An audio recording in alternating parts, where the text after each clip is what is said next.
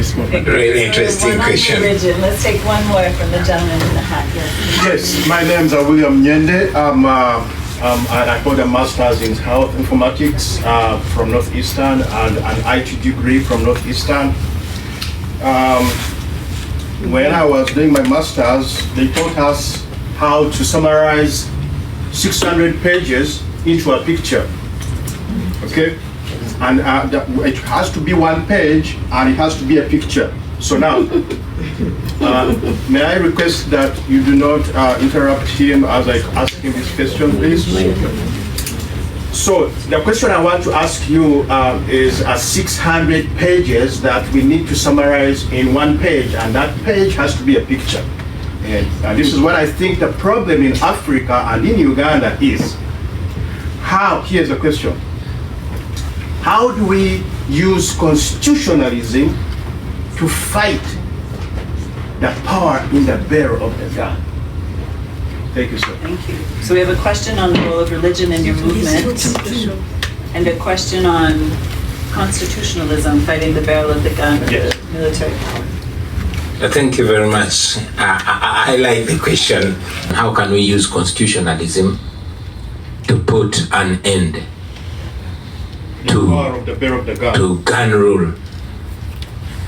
Don't look at constitutionalism alone. We use constitutionalism. I'm in exile right now. We went to the polls, we voted. We won the dictator. And he said, okay, you have won, but screw you. Announce me winner. And it went on like that. So my being here is not just to make a case to foreigners, but to also tap into their abilities, well knowing that it is not only the forces back home, but the forces internationally that are even more effective and more important. I remember when there was a raging fight against the apartheid regime in South Africa. Africans and friends of Africa were on the streets of America and Europe protesting against apartheid. Why? Because the force that held apartheid intact was coming from here, and the force that disintegrated apartheid came from here. We know, just like the force that held Idi Amin in power came from America and the West, the force that kicked him the hell out came from here. General Museveni has been receiving up to $1 billion annually from the United States, leave alone the other Western countries in security cooperation and all that.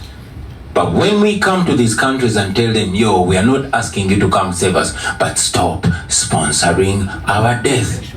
Stop protecting the dictatorships, not only to the administration, but to the intellectuals like yourselves who have voices that are respected. To the American citizens, because it is your taxpayers' money that is being used to oppress us, whether you know or you don't know. But now nobody can claim not to know because they are aware. When a documentary about apartheid was shown in America, it created so much awareness, and in a short while the American government disassociated with the apartheid government. That is what we want to do, because we know it's possible. We know if America said we are not going to be associated with mass killings of people, that will end.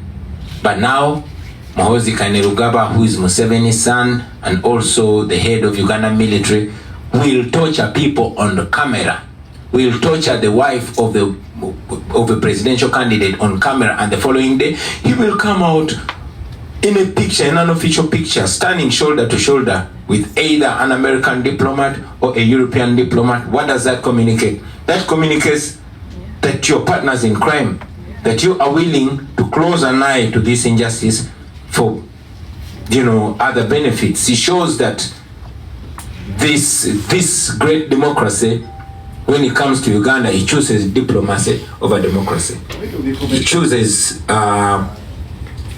if I could finish, it chooses, business over rights and values. And for us, we are telling them, stand for the rights and for the values that you profess. And I've said it before, I'll say it right here again. that if what Museveni is doing to Ugandans was being done by a European leader, that leader will not be in power the next month. However, I mean, you cannot see an American diplomat or a European diplomat from a democracy standing shoulder to shoulder with a dictator like, for example, Lukashenko.